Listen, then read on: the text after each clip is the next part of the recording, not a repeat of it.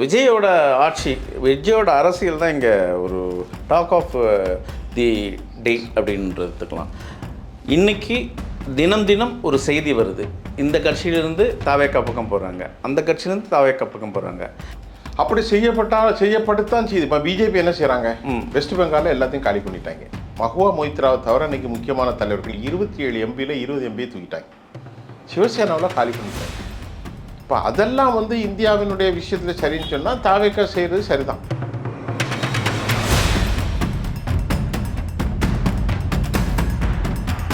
மத்திய அரசுக்கும் ஒன்றிய அரசுக்கும் இல்லை ஒரு குழப்பம் நிலவி இருந்தது.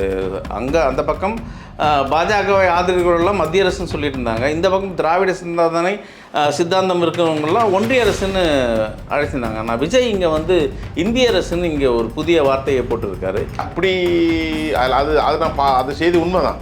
ஏன் அவர் ஒன்றியம் சொன்னது, இது திமுகவுடைய வார்த்தை கிடையாது, இது அம்பேத்கர். ஆமாம், unity of its states is so. அதுதான் இங்கே அம்பேத்கர் யூனிட்டி ஆஃப் ஸ்டேட் தானே சார். அது அம்பேத்கரோட வார்த்தையை அழகாக சொல்லியிருக்காங்க, the unity of state. Unity of state தானே. அதை தமிழில் மொழியாக்கம் பண்ணி ஒன்றிய அரசுன்றாங்க. அப்போ இந்த வார்த்தையை அம்பேத்கரிசம் வார்த்தையை ஏற்றுக்க மாட்டாரோ விஜய்? இங்கே ஒரு கருத்தில் இருக்கு இல்லையா? மத்திய அரசுன்னு சொல்லக்கூடாது, ஒன்றிய அரசுன்னு சொல்லக்கூடாது, இந்திய அரசுன்னு சொல்லக்கூடாது. அதுதான் இங்கே விமர்சனம் என்னன்னா, இன்னும் விரைவில் பாரத் மாதா கி ஜெயன்னு விஜய் சொன்னாலும் தேவர் வெயிட்டிங்.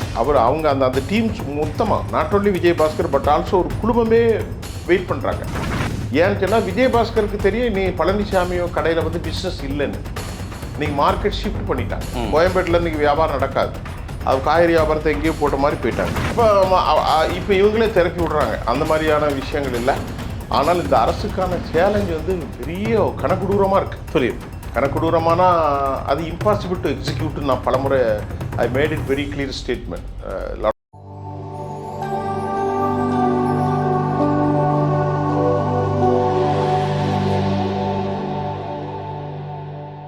நேயர்களுக்கு வணக்கம். இன்றைய நேர்காணலில் நம்மோடு இணைந்திருக்கிறார் அரசியல் விமர்சகர் மற்றும் பத்திரிகையாளர் திரு சுஃபியான் அவர்கள். வணக்கம். வாங்க சார், வாங்க சார். இன்றைக்கி தமிழ்நாட்டோட அரசியல் களம் மாறி இருக்குது. ஆமாம் சார். ஒரு அரசியல் கட்சி பொறுப்பேற்று பல மாற்றங்களை இங்கே சந்திச்சிருக்கு.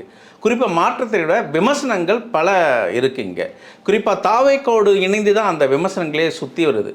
அது முதலமைச்சர்லேருந்து, முதலமைச்சர் பேரில் அந்த த்ரிஷாவோட விமர்சனமாக இருக்குது, தாவேக்கா மீது திருமாவளவனோட விமர்சனமாக இருக்குது, தாவேக்கா மீது ஸ்டாலினோட அப்பா விமர்சனமாக இருக்குது. இதுபோல் பல விமர்சனங்கள். இது ஒட்டுமொத்தமாக தமிழ்நாட்டு அரசியலில் என்ன பாதிப்பு ஏற்படுத்தும் சார்? நீங்கள் சொன்னது அதில் முக்கியமாக ஆட்சியின் விமர்சனம், தனிப்பட்ட மோரல் கோடு விமர்சனம் பலது நீங்கள் சொல்லியிருக்கீங்க. அது அனைத்தும் ஏற்றுக்கொள்ளக்கூடியதான். நீங்கள் இப்போ கேட்ட கேள்வியில் முதற்கண் திரு விஜய் அவர்கள் தமிழ்நாட்டுடைய ஒரு மாற்றத்திற்கான மனிதனாக தான் அவருக்கு ஓட்டு போட்டாங்க. இப்போ சார், நான் லிஃப்ட்டில் வரும்போது கூட கேட்டேன், தலித் சகோதர சகோதரிகள் இப்போ அவங்க திமுக மீது எங்களுக்கு ஒன்றும் பெருசாக வெறுப்பு இல்லை சார், தொடர்ந்து ஓட்டு போட்டுக்கிட்டு இருக்கோம், ஒரு மாற்றம் வரணும் அப்படிங்கிறதுக்காக நாங்கள் அவருக்கு வாக்களித்தோம் அப்படி தான் சொன்னாங்க. திமுகவின் மீது பெரிய வெறுப்பு இருந்தவர்களும் வாக்கு போட்டார்கள். திமுக மட்டும் இல்லை, அண்ணா திமுக மீது அவர்களுக்கு வெறுப்பு இருந்தது. இப்போ அவர் ஒரு சாதித்திருக்கிறார் என்பதில் மாற்று கருத்து இல்லை சார். 34.9% எடுத்திருக்கிற ஒரு சாதனை. அது சாதாரண விஷயம் இல்லை. டாக்டர் எம்ஜிஆர் அவர்கள் 33 சம்திங் தான் எடுத்தாங்க. திரு விஜய் அவர்கள் 35% எடுத்திருக்கார். அது நல்ல விஷயந்தான். மக்களுடைய ஏகோபித்த அவருடைய ஆதரவு அவருக்கு கிடைச்சிருக்கிறது. அவருடைய சட்டமன்ற பேச்சை நான் அன்னைக்கு பார்த்தேன். இப்போ நான் ஒரு ப்ரொஃபஷனல் ஸ்பீக்கர், என்ன சொல்கிறது, அரேட்டர். ஒரு 2.5 மணி நேரம் தொடர்ந்து ஒரு கிளாஸ் தண்ணி குடிக்காமல் நம்ம இடையில பேசியிருக்கேன், பேச முடியும். அப்போ அந்த பேச்சாளனாகவும் ஒரு 10,000 நிகழ்ச்சி நடத்தியானோ பார்க்குற போது இன்னும் 2-3 வருஷத்துக்குள்ளே அதிகபட்சமாக ஒரு நல்ல ஒரு ஸ்பீக்கராக பேச்சாளராக உருவாகிறார். யார்? திரு விஜய் அவர்கள். இது பாயிண்ட் நம்பர் 1. இப்போ அவர் மீது பொது சமூகத்துக்கு பெரிய வெறுப்பு வரல, ஏன்னா 45 நாள் தான் வந்திருக்கு. இப்போ திராவிட முன்னேற்ற கழகம் ரொம்ப அவசரப்படுறதை நம்ம பார்க்க முடியுது. அவசரப்பட்டும் இல்லாமல் அன்றைக்கு அவர்கள் வைத்திருக்கக்கூடிய அந்த வாதத்தில் நீங்கள் முக்கியமாக பார்த்தா பார்ட்டி ஃபண்டுன்னு ஒன்று வச்சார். இப்போ அவர் சொன்னார், பார்ட்டி ஃபண்டுன்னா உங்களுக்கு எதுக்கு கோபம் வருது? நான் பொதுவாக சொல்கிறேன், பார்ட்டி ஃபண்டில் அவர் சொன்னது திமுக தான் சொன்னார். ஆனால் அது நகைச்சுவையில் ஹிக்குமத்தா, அதாவது என்ன சொல்கிறது, ஊசியை பழத்தில் ஏற்றுற மாதிரி மெதுவாக சொல்கிறார். திராவிட முன்னேற்ற கழகம் என்னென்ன விஷயத்தில் டாஸ்மாக் எடுத்துக்கிட்டாலும் சரி, ஊராட்சி உள்ளாட்சி துறைகள், போக்குவரத்து துறை, மின்சாரத்துறை, பத்திரப்பதிவுத்துறை, எல்லா துறைகளிலுமே இவங்க பெரிய இமாலய ஊழல் செய்திருப்பது வெளியே வந்துட்டு, அதில் டவுட் இல்லை. ஒரு கட்டத்தில் திமுக அதை முட்டு கொடுக்க முடியாமல் எல்லாரும் வெளிநடப்பு செய்தார்கள். அது ரொம்ப முக்கியமான விவகாரம். அப்போ அவர் ரெண்டாவது சொல்கிறாரு, உங்கள்கிட்ட இருந்து தான் நீங்கள் நாங்கள் தான் அனுப்பி வச்சேன்னு சொல்கிறீங்களே, மக்கள் அனுப்பி வைத்தாங்க ஐயா. மக்கள் அனுப்பி வைத்தா உங்கள்கிட்ட இருந்து ஏமாற்றப்பட்டவர்களுக்கு நான் அதிகாரத்தில் பங்கு கொடுத்துருக்கேன் அப்படின்னு சொல்லி வாயை அடைச்சிட்டார். சமூக நீதி பற்றி மூணாவது சொல்கிறார்.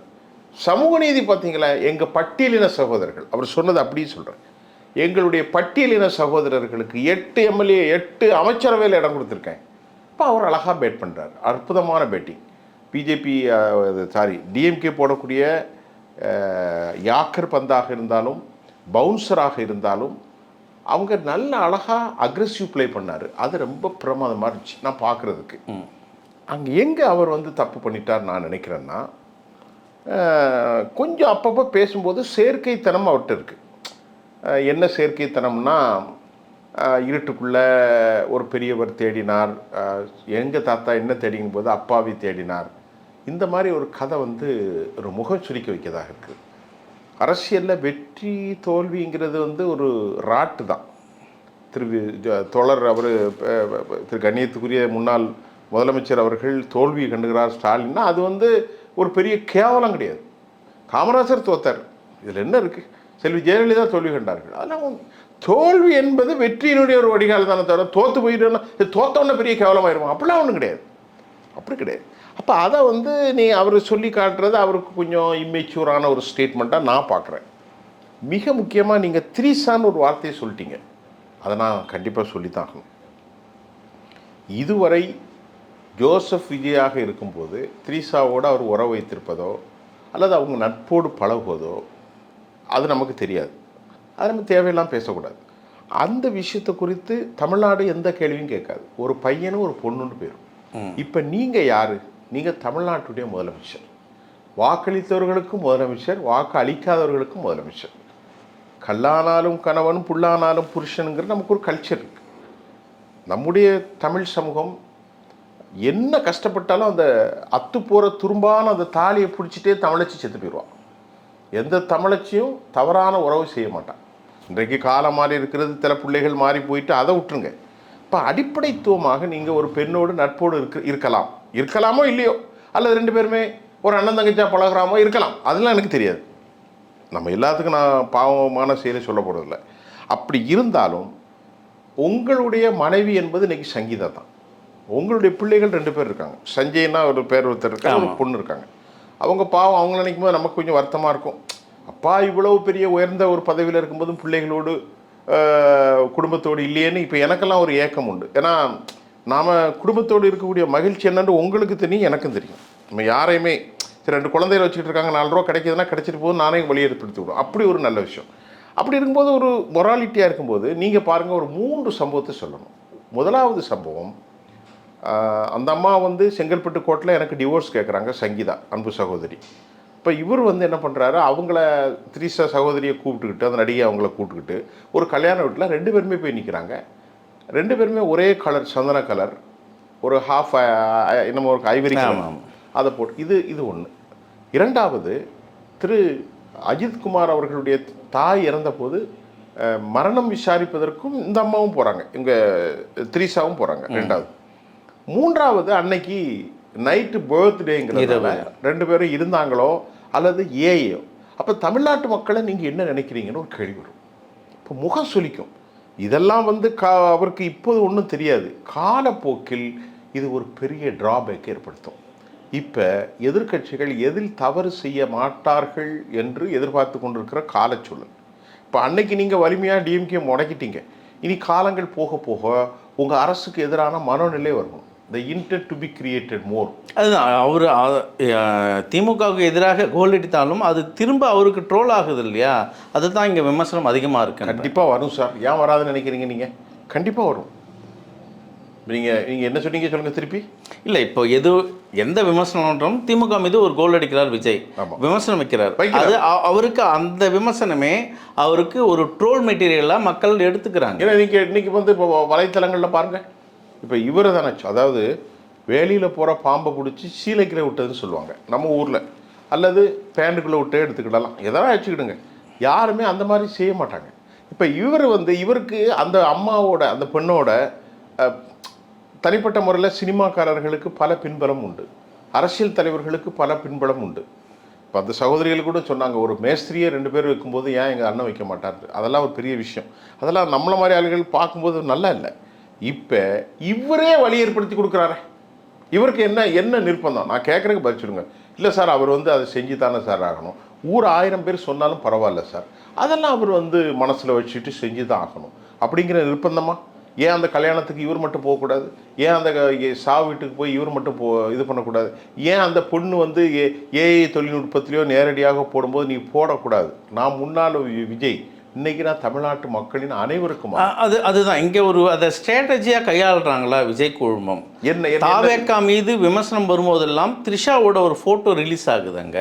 இதுதான் இங்கே விமர்சனத்துள்ளாது ஒரு ஸ்ட்ராட்டஜி டைவர்ஷன், ஒரு பொலிட்டிக்கல் டைவர்ஷனை அந்த இடத்துல விஜய் த்ரிஷா ஃபோட்டோ கொடுக்குது. அமோனியாவில் கும்மிடிப்பூண்டி அருகே அமோனியா விபத்தில் 11 மரணங்கள் நிகழ்ந்திருக்கு, 14 இருக்குது. இப்போது அதை போய் நேரில் பார்க்காத முதலமைச்சர் இங்கே இரவு த்ரிஷாவுடன் கேக் வெட்டி கொண்டாடுகிறார். இந்த டிவர்ஷன், இந்த பொலிட்டிக்கல் டைவர்ஷன் இருக்கா அப்படின்னு கேட்குறோம் சார். இது வந்து எனக்கு ஒரு ஆச்சரியமான விஷயம் சார். நீங்கள் சொல்கிறீங்க நம்மளால் ஒரு பூன் அடிபட்டால் கூட நல்லா தூங்க முடியாது. என்னால், அவர் என்னோட ஒரு 4 வயசு கம்மி தான், 56 வயசு எனக்கு ஆகுது, அவருக்கு 52 வயசு ஆச்சு வச்சுக்கிட்டு, உதாரணத்துக்கு 52 54 3 வயசோ கம்மியாக இருக்கும். ஆனால் அவர் வந்து அவரை வந்து பார்க்குறதுக்கு புள்ள பூச்சி மாதிரி இருக்கார். யார்? விஜய். ஆனால் அவர் வந்து அவருக்கு பின்னாடி வந்து ஒரு கடுமையான மனசு இருக்குது, சாதாரண மனசு இல்லை. நான் எப்படி பார்க்குறேன்னா, உருவம் உங்கள் சைக்கிள் அடிப்பட்டால் 4 நாள் உங்களால் தூங்க முடியாது. நீங்கள் போங்க பைக்கில், நீங்கள் அப்படி தான் இருப்பீங்கன்னு நான் நினைக்கிறேன். ஏன்னா பழகுனனால எனக்கு தெரியுது. ஆனால் 41 பேர் இறந்த போது கூட அவர் போகலை, பார்த்தீங்களா? கடைசி வரைக்கும் போகல. சரி சார், அவர் உண்மையான மனிதனாக இருந்தால் என்ன செஞ்சுருக்கணும்? எனக்கு அது ரொம்ப அவர் மேலே வருத்தம். மற்றபடி நான் இதெல்லாம் சொல்லலை, இப்போ ஆட்சியை பற்றிலாம் குறை சொல்லலை. இப்போ அவரால் வந்து முடியல, போக முடியும், ஆனால் அவர் போகலை. வேறு தமிழ்நாட்டில் எந்த தலைவனாக இருந்தாலும் சரி அந்த மாதிரி செஞ்சுருக்க மாட்டான் சார். அங்கேயே இருந்திருப்பான். ஒரு ரவுடியாக இருந்தாலும் சரி, ஒரு மோசமான ஆள் இருந்தாலும் சரி, என்னால் இந்த நிகழ்வு நடந்துட்டு, ஆனால் என்னை வச்சு பயன்படுத்தி போலீஸ் இந்த மாதிரி ஒரு மோசமாக நடத்துதான் அவர் வந்து திருச்சியில் ஸ்டே பண்ணிவிட்டு அவர் செஞ்சுருக்கணும்.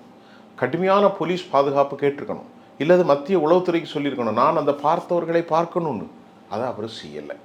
அவர் என்ன பண்ணார்? எல்லாரையும் கூப்பிட்டார். உலக நடைமுறையில் இந்த மாதிரி ஒரு சம்பவம் எங்கேயுமே நடந்ததில்லை. அவரை கூப்பிட்டு வீட்டுக்கு வந்து செத்தவர்களுக்கு பணம் கொடுத்தது பயங்கரமான ஒரு மோசம். இது வந்து அவமானப்படுத்தினது ஒன்று.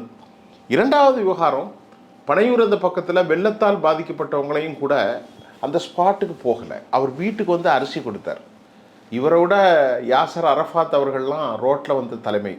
அமெரிக்க அதிபர் டொனால்ட் ட்ரம்ப் கூட இவர் ஒரு பெரிய செக்யூரிட்டி இல்லை, சாதாரணமாக ட்ரம்ப் அவர்கள் பொதுக்கூட்டங்களில் வந்து கலந்துக்கிறார். நம்முடைய நரேந்திர மோடி அவர்கள் இந்திய பிரதமர், அவர் கூட ரோட் ஷோ ரொம்ப நடத்துகிறார். அவரை விட ஒரு செக்யூரிட்டியோ நம்முடைய அமித்ஷா ஐயா அவர்கள் கூட. இப்போ இவருக்கு அப்படி என்ன ஒரு பெரிய பாதுகாப்பின்மை வந்துருச்சு? நான் தெரியாமல் கேட்குறேன். ஒரு ஆட்சிக்கு வந்து 45 நாள் ஆச்சு. ஒரு சினிமாக்காரர் நீங்கள், உங்களுக்கு அப்படி என்ன பிரச்சனை இருக்குது? உலகத்தில் அல்கொய்தாட்டேருந்தோ ஐஎஸ் அமைப்பிட்ட இருந்தோ இல்லது வேற பெரிய ஆர்கனைசேஷன்லேருந்தோ உனக்கு என்ன மிரட்டல் இருக்குது? அப்படி இல்லை.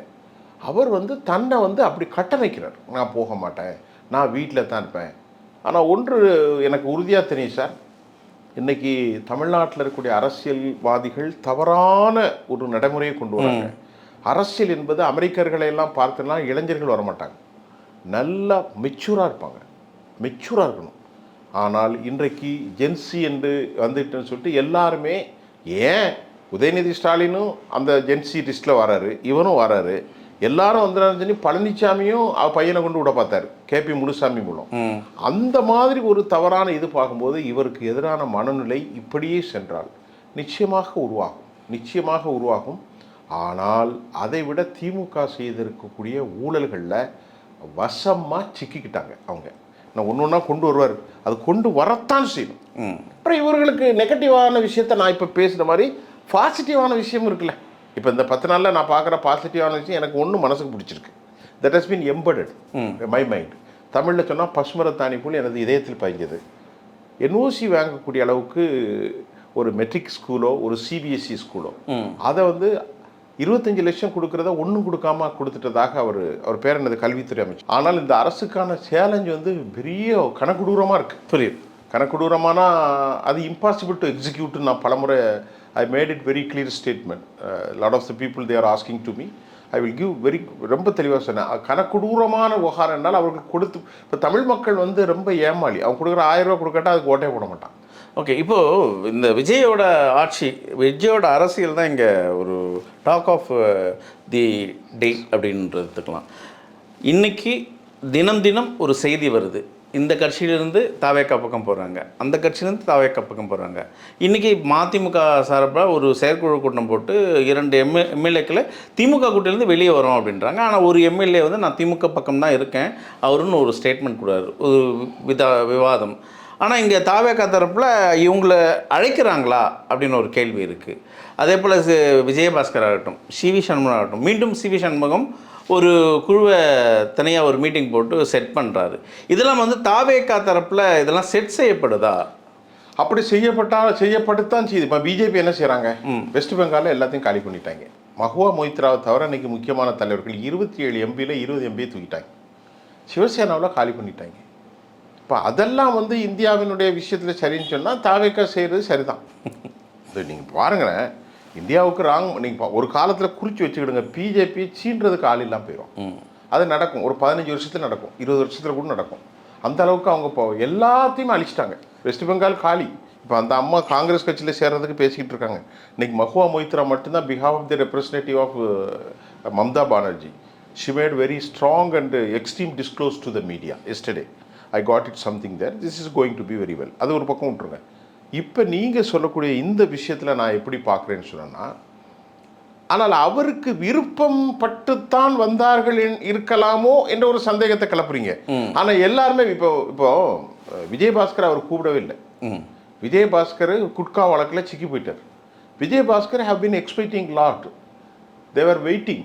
அவங்க அந்த டீம்ஸ் மொத்தமாக, not only Vijayabaskar but also ஒரு குழுமமே வெயிட் பண்ணுறாங்க. ஏன்னு சொன்னால் விஜயபாஸ்கருக்கு தெரியும் நீ பழனிசாமியோ கடையில் வந்து பிஸ்னஸ் இல்லைன்னு. இன்றைக்கி மார்க்கெட் ஷிஃப்ட் பண்ணிட்டாங்க. கோயம்பேட்டில் இன்றைக்கி வியாபாரம் நடக்காது. அது காய்கறி வியாபாரத்தை எங்கேயோ போட்ட மாதிரி போயிட்டாங்க. ஆனால் விஜயபாஸ்கரை இவங்க சேர்க்குறாங்களா அப்படின்னா அடுத்த கேள்வி வரும். அவர் மீது குட்கா வழக்கு இருக்கிறது, நீங்கள் ஊழல் பேர்வழிகளை சேர்க்கிறீர்களா அப்படின்னு ஒரு வழக்கை கேட்கும்போது ஹெலிகாப்டர் கிரஷில் செத்து போன அஜித் பவார் வந்து 70,000 கோடி வழக்கு இருந்தது. அப்போ பிஜேபி அழகாக பதில் சொல்லிச்சு. இன்றைக்கி ராணையாக இருந்தாலும் சரி, நாராயண ராணையாக இருந்தாலும் சரி, அஜித் பவாராக இருந்தாலும் சரி, தக்கரே இருந்தாலும் சரி, புஜ்பாலாக இருந்தாலும் சரி, ஆசா மினிஸ்டர் எல்லாருமே, எடியூரப்பாலேருந்து அவ்வளோ பேருமே ஊழல்வாளிகள் தான். இப்போ இன்றைக்கி விஜயபாஸ்கர் மீதும் இந்த ஊழல்களை அவங்க மௌனப்படுத்திட்டாங்க. ஆனால் அதுக்கு பதில் சொல்லுவாங்க, வழக்கு ஹேஸ் பீன் பெண்டிங், பட் நாங்கள் அலைன்ஸ் வச்சுருக்கோன்னு பிஜேபி சொல்லுவாங்க. ஆனால் அந்த இடத்துல இவர் வந்து முட்டு கொடுக்க முடியாது. இவர் வந்து இந்த மாதிரியான அதிமுகவில் இருந்தோ மத்திய அமலாக்கத்துறையின் வலையின் கீழ் சிக்கொண்டிருக்கக்கூடிய எஸ்பி வேலுமணி மீது வழக்கில்லை, மற்ற எல்லோரையும் இவர் சேர்த்து கொண்டிருந்தால் இவரும் 10ஓடு 10ஆக 11ஆக மாறிவிடுவார். ஆனால் இப்போ எல்லாருமே இவர் பக்கம் வந்து சேர்ந்து கொண்டே இருக்கிறார்கள். ஆனால் எல்லாரையும் இவர்கள் தான் அழைத்து சேர்த்தார்கள் என்பதற்கு ஆதாரம் இல்லை. ஆனால் தவறோ உண்மையோ இப்போ அவர் சொல்கிறாரு. இப்போ அவர் மந்திரி பதவி கொடுத்துருக்காரு. யார் கொடுத்துருக்காரு? எல்லாமே அவங்க கட்சியில் உள்ளவங்களுக்கு. யாருக்கு? அவருடைய ரசிகர் மட்டத்தில் உள்ளவங்களுக்கு மட்டும்தான் கொடுத்துருக்காரு. மற்ற யாருக்கும் கொடுக்கல, எக்ஸப்ட் செங்கோட்டையன். அதே மாதிரி நடுநாயகமாக இருக்கக்கூடிய சபாநாயகர், அவர் பேர் என்னது, ஜேசிடி பிரபாகர் அவர்கள், அவ்வளோதான் கொடுத்துருக்காரு. மற்றதை நீங்கள் எல்லாருமே பாருங்களேன். ஆதவ அர்ஜுன் வந்து பெரிய பண முதலை, அவர் கட்சியை வந்து வளர்த்தார், பணத்துக்கு பெரிய பணம் கொடுத்தார், அதனால் அவரையும் வச்சுருக்காங்க. மற்றபடி எல்லாமே இப்போ பர்வேசன் ஒருத்தர், இந்த பிராமின் சமூகத்தை சேர்ந்த ஒரு எளிய பின்னி கொண்ட ரமேஷ் சகோதரர் ஒருத்தர், இந்த வெங்கட்ராமன் கூட ஒரு கட்சியில் தான் இருந்தார். இப்படி தான் கொடுத்துருக்காரு. இப்போ இவருக்கு ஒரு பெரிய விவகாரமாக இருக்குது. எல்லாரையும் கேட்குறேன். இப்போ வந்து நீங்கள் சொன்னீங்க சிவி சண்முகத்துக்கு ஒரு வழியே கிடையாது. சிவி சண்முகத்துக்கு வழியே கிடையாது. அதிமுகவில் சேரவும் முடியாது. அதிமுக இருக்கா இல்லையாங்கிறதே இப்போ தெரியல. அந்த மாதிரி ஒரு சோதனையில் இப்போ எல்லாரும் இப்போ விஜய் தண்ணி வந்துட்டாங்க. விஜய் தண்ணிக்கு என்ன பதவி கொடுத்துருக்காங்க? எதுவுமே இல்லை. ஏற்கனவே இருந்தாங்க, அதே மாதிரி 2 வருஷம் இருந்தாங்கன்னா அவங்க வயசாயிடும். புரியுதா உங்களுக்கு? அதனால் கொஞ்சம் பொறுமையாக இருக்கணும். வாழ்க்கையில் வெற்றி தோல்வி நாளைக்கு டிஎம்கே வர முடியாதுன்னு சொல்ல முடியாது. 96ல் செல்வி ஜெயலலிதா அம்மையாருக்கு எதிராக பெரிய குற்றச்சாட்டுகளை வச்சாங்க. 98ல் அம்மா வந்து ஜெயிச்சிட்டாங்க. 2001 ஆட்சிக்கு வந்துட்டாங்க. இதுதான் அரசியல். இவர் வந்து பெரும்பாலான வெற்றியாளர் கிடையாது. இந்த 42% ஓட்டுகளை மட்டும் பெற்று இவர் ஜெயிக்கலை. பொதுமக்கள் ஓட்டு போட்டிருக்காங்க. 50 வயசுக்காரன் ஓட்டு போட்டிருக்கான், 40 வயசுக்காரன் போட்டிருக்கான், 60 வயசுக்காரன் போட்டிருக்கான், 70 வயசுக்காரன் போட்டிருக்கான், எல்லாருமே போட்டிருக்காங்க. எல்லாரும் எப்படி போட்டாங்கன்னா, நான் சந்தித்து கேட்டேன், எல்லாருமே ஓட்டு போட்டிருக்காங்க. அது எதற்காகனா இந்த 2 பேர் மேலே கொண்ட வெறுப்பில். இதே வெறுப்பு இனி வரக்கூடிய காலங்களில் இருக்குமா தெரியாது. முக்கியமாக திருமாவளவன் நீங்கள் பேசும்பொருளாக இருக்கார், விமர்சனத்துக்குள்ளார். தாவேக்காவை சேர்ந்த முஸ்தபா திருமாவே விமர்சித்திருக்காரு. விஜய் சட்டமன்றத்தில் பேசிய அந்த குட்டி கதைக்கு திருமா விமர்சனம் வச்சார். அதை எப்படி பார்க்குறது? இல்லை, விமர்சனம்னா எந்த அடிப்படையில் விமர்சித்திருக்காருன்னு சொல்லணும். இப்போ நல்ல வைப்ரண்ட்டாக மினிஸ்டர் தோழர் வன்னி தான் தெரியுது. இப்போ இந்த அரசாங்கம் தலித் சமூகத்துக்கு எதிராக இருக்கக்கூடிய எல்லா விஷயத்திற்கும் ஒரு நல்ல கொண்டு வந்து. இப்போ பாருங்கள், அந்த சமூக நீதி கூடங்கள்னு சொல்லக்கூடிய அது பேர் என்னது, சமூக நீதி கூடங்கள் ஹாஸ்டல், அதில் கூட 6 நாள் முட்டை போட சொல்கிறாங்க. 5 நாள் முட்டை, 1 நாள் சிக்கன், 1 நாள் மட்டன். அதே மாதிரி அவர்கள் வாக்களித்தவர்கள் பெரும்பான்மையானவர்கள் தலித் இளைஞர்கள், நல்லா கவனித்துக் கொள்ளுங்கள். அதே போன்று 8 அமைச்சர்கள் தலித் சமூகத்தை சேர்ந்தவங்க கொடுத்துருக்காங்க. இப்போ இவர் திருமா வந்து இந்த ஆட்சிக்கு முட்டுக்கோள் கொடுத்து இன்னைக்கு நிறுத்தியிருக்கிற முஸ்தபாவுக்கு என்ன தெரிஞ்சு திருமா விமர்சிக்கிறார்? திருமாவளவன் குறை சொல்லியிருக்கார். என்ன குறை சொல்றாரு? சொல்லத்தான் செய்வாங்க. நீங்க வந்து எப்படி அப்பான்னு பேசுறதுன்னு சொல்லியிருக்காரு. அவர் மட்டும் சொல்லலையே, மார்க்சிஸ்ட் கம்யூனிஸ்ட் கட்சி சொல்லியிருக்கு, தோழர் சண்முகம் சொல்லியிருக்காரு. அந்த மாதிரி ஒரு தரந்தாழ்ந்த விமர்சனங்களை நீங்க வைக்கக்கூடாதுன்னு சொல்றாங்க. அதாவது அவர் இப்போ திருமாவளவனுக்கும் அவருக்கு 10 நன்றி விசுவாசம் இல்லையா என்ற ஒரு ஊமை வார்த்தையெல்லாம் பயன்படுத்தி, அது அவருடைய அறியாமை. அதை வந்து விஜய் தான் கட்டுப்படுத்தணும். அது ரொம்ப தவறான விஷயம். ஏன்னா அவங்க வந்து பெரிய பழியை சுமந்து கொண்டு தான் அங்கே வந்தாங்க. இன்னைக்கும் பழி இருக்கு. ஒன்றும் திருமாவளவனுக்கு டிஎம்கே ஒன்றும் தூக்கி கொடுத்துட இல்லை. இவ்வளோ வருஷமாக அந்த கட்சியை காப்பாற்றினவனுக்கு 5 தொகுதி தான் உனக்கு அமைதியாக இருங்கன்னு சொன்னாங்க. அவரை அவமானப்படுத்தினது தான் அதிகம், அவங்க சமூகத்தை கேவலப்படுத்தினது தான் அதிகம். திருமாவளவன் வந்தது மிக நல்லதுன்னு நான் சொல்லுவேன். நான் அவர்கிட்டயே சொல்லியிருக்கேன், நீங்கள் வந்தது ரொம்ப நல்லது. அதுவே அதை விட்டுருங்க. ஆனால் முஸ்தபாவுக்கு என்ன தெரியும்? திருமாவளவன் இன்னைக்கு ஆதரவு கொடுக்கல என்றால் 2 சீட்டு, காங்கிரஸ் 5 சீட்டு, அவங்க எல்லாரும் ஒரு யுனைட்டாக வந்தாங்களா இல்லையா? காங்கிரஸை விட்டுருங்க. மார்க்சிஸ்ட் கம்யூனிஸ்ட் எடுக்கக்கூடிய முடிவுகளுக்கு, இடதுசாரி முடிவுக்கு நான் இருப்பேன்னு சொல்லி இன்னைக்கு ஆட்சி அமைக்கிறதுக்கு கொஞ்சம் வசதி தான் கொலாப்ஸ் பண்ணியிருப்பான். இல்லைங்க, பிஜேபி இல்லை, அங்கே பிசிகாவுக்கு சுதந்திரம் இல்லை அப்படின்ற ஒரு கருத்தில் இங்கே பரவுது. அது உண்மையாது? அது நம்ம அதுக்கெல்லாம் பதில் சொல்ல முடியாது. ஏன்னு கேட்டிங்கன்னா பல யூக கணக்குகள் போகும். விடுதலை சிறுத்தைகள் கட்சிக்கு வந்து அங்கே அவங்களுக்கு தனிப்பட்ட முறையில் அவங்க எதுவும் எதிர்பார்க்கல. கட்சியின் சார்பாக போர்ட்போலியோவில் நீங்கள் பங்கு பெறன்னு சொன்னாங்க. பங்கு பெற்றது தோழர் வன்னி இருக்கிறார். அவர் ஒரு வைப்ரண்ட்டாக நல்லா பண்ணிக்கிட்டு இருக்கார். காங்கிரஸில் 2 பேர் அமைச்சர் இருக்கார், அவரும் ஒரு பக்கம் இருக்குது. அப்புறமா ஷாஜஹான் இருக்கிறார். இந்திய யூனியன் முஸ்லீம் லீக்கு தனது கருத்தை வலிமையாக வச்சுட்டாங்க இந்த டிஎம்கே மேலே. நீங்கள் என்னமோ பெருசாக எங்களுக்கு சும்மா தந்த பாருங்க, நாங்கள் தான் உங்களுக்கு அதிகமாக செஞ்சுருக்கோமே தான் நீங்கள் செய்யலைன்னு. கூட்டணி கிடையாது, வெளியிலிருந்து ஆதரவுன்னு சொல்லிட்டாங்க. இன்னும் 6 மாதத்தில் 2 மாதம் போயிட்டு இன்னும் ஒரு 3 மாதத்தில் கூட்டணி வச்சாகணும். ஏன்? உள்ளாட்சி வருது, ஊராட்சி வருது, இடைத்தேர்தல் வருது. கம்யூனிஸ்ட் கட்சி நிலைப்பாடு என்ன? கண்டிப்பாக கம்யூனிஸ்ட் கட்சி ஒன்று டிஎம்கேல சேரு, இல்லைன்னா இங்கே சேரு. அதுதான் இங்கே ஒரு கேள்வி. இப்போ பாசிச வாசனை இல்லாத விஜயா தான் இவங்கெல்லாம் பார்த்தாங்க, இடதுசாரிகளாகட்டும் அவர் நேரத்தை சொல்லிட்டாரு ஸ்டேட்மெண்ட், இந்திய முஸ்லீம் லீகாகட்டும். ஆனால் விஜய் இங்கே என்ன சொல்கிறாருன்னா, இந்த மத்திய அரசுக்கும் ஒன்றிய அரசுக்கும் இல்லை ஒரு குழப்பம் நிலவி இருந்தது. அங்கே அந்த பக்கம் பாஜகவை ஆதரவுகளெல்லாம் மத்திய அரசுன்னு சொல்லிட்டு இருந்தாங்க, இந்த பக்கம் திராவிட சித்தாந்தம் இருக்கிறவங்கெல்லாம் ஒன்றிய அரசுன்னு அழைச்சிருந்தாங்க. ஆனால் விஜய் இங்கே வந்து இந்திய அரசுன்னு இங்கே ஒரு புதிய வார்த்தையை போட்டிருக்காரு. இதை நம்ம எப்படி எடுத்துக்கலாம்? அது அவர்கிட்ட தான் கேட்கணும். இந்திய அரசுன்னு தான் எல்லாத்துக்கும் தெரியுமே. ஒன்றிய அரசு சார், ஒன்றிய அரசுங்கிறது தவறான வார்த்தை கிடையாது சார்.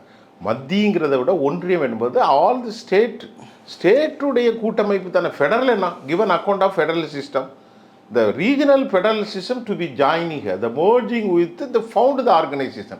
எல்லா ரீஜனல் ஸ்டேட் கவர்மெண்ட் இல்லாமல் சென்ட்ரல் கவர்மெண்ட் எப்படி வரும்?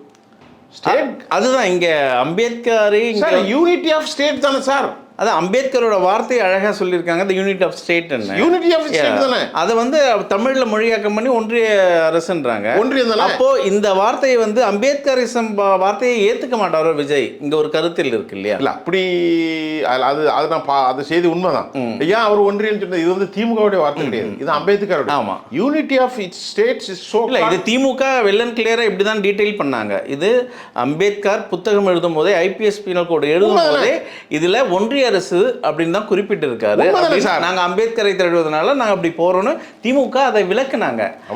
அப்போ விஜய் வந்து அம்பேத்கரை ஒதுக்குகிறாரா என்ற ஒரு கேள்வி வருது. இல்லை, அம்பேத்கரை ஒதுக்கிட்டுனா அவர் காலியா போயிடுவாரு, அது அவருக்கு தெரியும். அப்போ ஆனால் அவர் கொஞ்சம் ஸ்டேட்மெண்ட் ரொம்ப தெளிவாக சொல்லியிருக்காரு 3 விஷயத்தில்.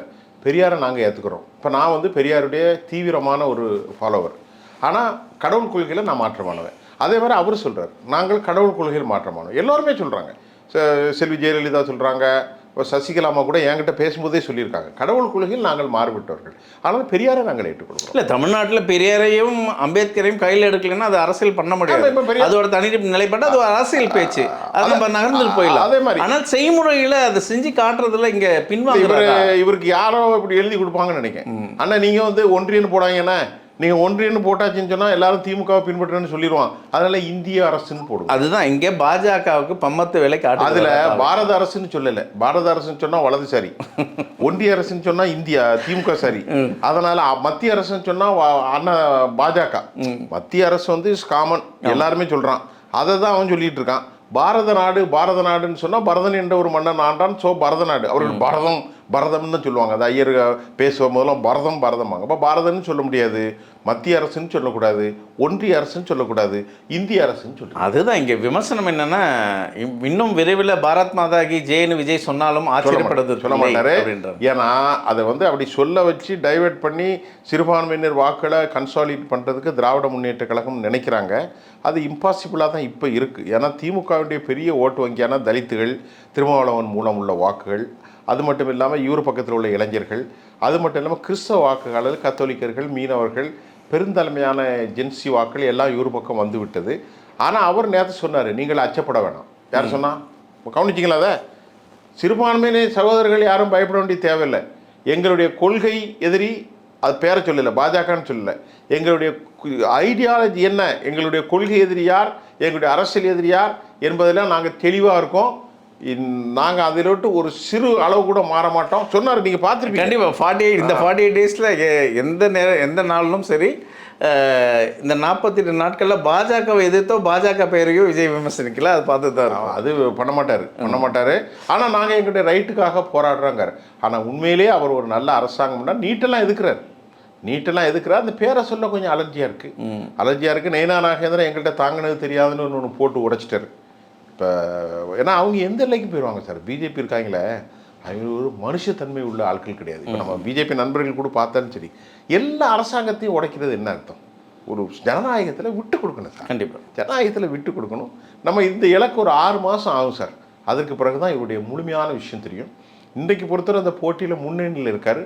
டிஎம்கே அவரை பின்னால் இழுப்பதற்கும், டிஎம்கேவுடைய வாக்காளர்களை பின்னுக்கு இழுத்து தங்கள் முந்தி செல்வதற்கு முயற்சிகளை செய்கிறார்கள். எந்த பக்கமும் வழி இல்லை. அதனால் ராசா அவர்களை பேச விட்டுருக்காங்கிறது தான் பார்க்கணும். ஒரு கடைசி கேள்வியை வைக்கிறேன். இப்போ தமிழ்நாட்டு அரசியலில் வந்து ஒரு வெற்றிடம் இருந்தது, அது விஜய் நிரப்பி இருக்காரு. அதாவது இந்த ஒரே ஒரு அதிகார அரியணை தான் இங்கே தமிழ்நாட்டில். அந்த அதிகார அரியணையை நோக்கி பல கட்சிகள் இங்கே போராட்டம் நடத்தினாங்க, போரிட்டாங்க. அதில் விஜய் வெற்றி பெற்றார். இல்லை, ஓரளவுக்கு எம்ஜிஆர், கருணாநிதி, ஜெயலலிதா இந்த பெரிய ஆளுமைகளுக்கு இடையில வந்து அந்த இடத்தை நிரப்புறதுக்கு யாரும் இல்லை. அந்த 3 பேரையும் நீங்கள் நினச்சி பாருங்கள். புரட்சி தலைவர் டாக்டர் எம்ஜிஆர், புரட்சி தலைவி அம்மா, கலைஞர் கருணாநிதி, இப்படி தான் சொல்லுவாங்க எல்லாருமே. இப்போ அவங்க ஒரு பெரிய பேனராக இருந்தாங்க. பேரறிஞர் அண்ணா அவர் இருந்தார். இப்போ அண்ணா அவர்கள் இறந்து 60 வருஷம் ஆகிட்டுங்களேன். அதுக்கப்புறம் தமிழ்நாட்டுடைய அரசு அந்த இடத்த வந்து நிரப்புனது இவங்க தான், அந்த 3 பேரும். அந்த இடத்துல யாரும் இல்லை. பழனிசாமியால் ஒன்றுமே பண்ண முடியாது, ஸ்டாலினாலும் கூட பண்ண முடியல. ஆனால் ஸ்டாலின் தொடர்ந்து கட்சியில் பயணித்ததாலும், தலைவருடைய மகனாக இருந்தாலும், எமர்ஜென்சியில் இருந்தாலும் அது ஓரளவுக்கு சரி பண்ணிட்டார். இப்போ அவர் பையனை கொண்டு விட்டுருக்காரு. அவர் எந்த அளவுக்கு வைப்ரண்ட்டாக வருவார், பெரியாரை பற்றி பேசுகிறார், அதை விட்டுருங்க.